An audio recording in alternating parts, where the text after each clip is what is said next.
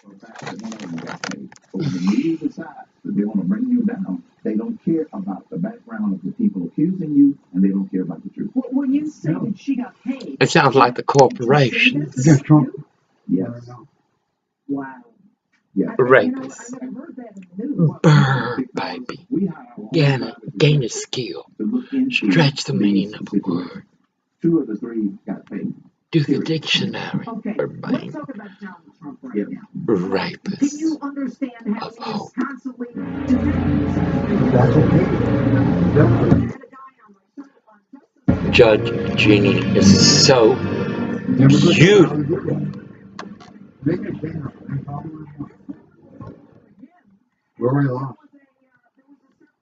Spider-Man versus, oh God, such garbage.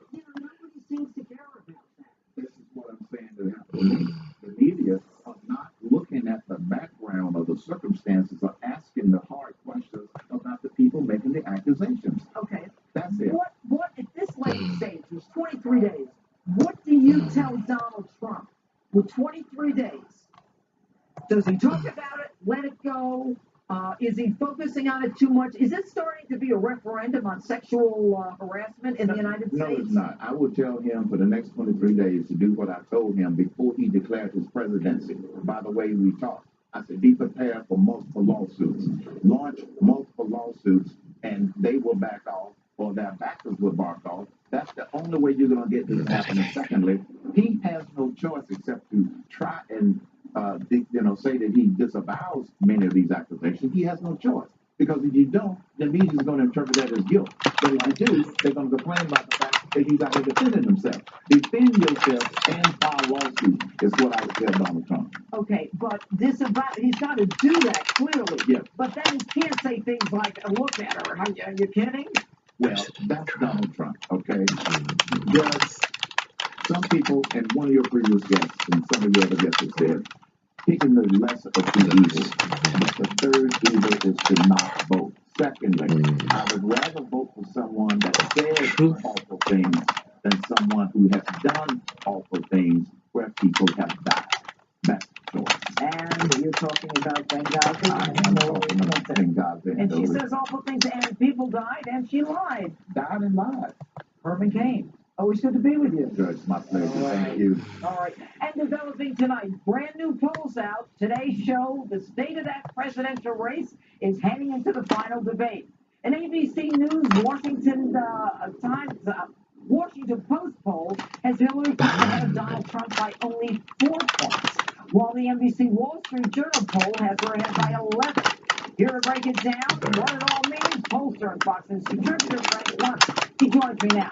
All right, Frank. We've got NBC 11, NBC 4, Fox 7, and I'm sure everybody else in the middle somewhere. What is it? Well, I traditionally take off the lowest poll and the highest poll, and then I average the other two. So it's somewhere around about 6, maybe 7 points in an advantage for Hillary Clinton, which is pretty significant at this point. She's clearly been gaining because of the comments that Trump made.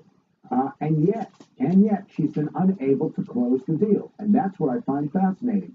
Her negatives are somewhere in the low 50s, which is the highest of any Democratic nominee in modern times.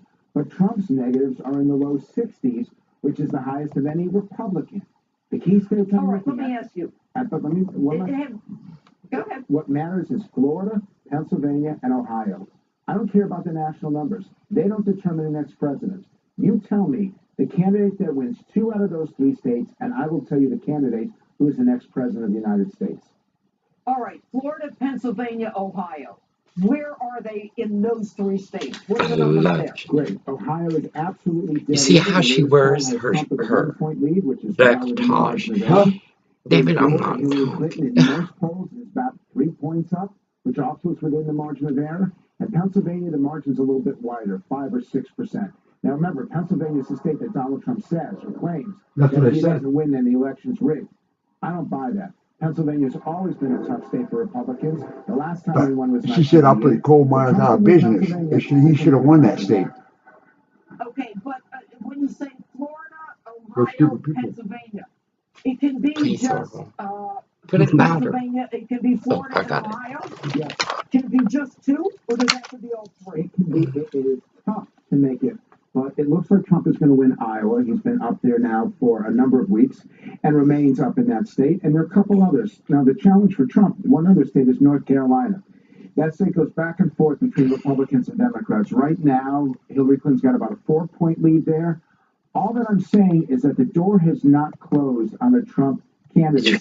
It depends on what he does in the presidential debates, and he frankly is going to have to be better than he was in the first and second.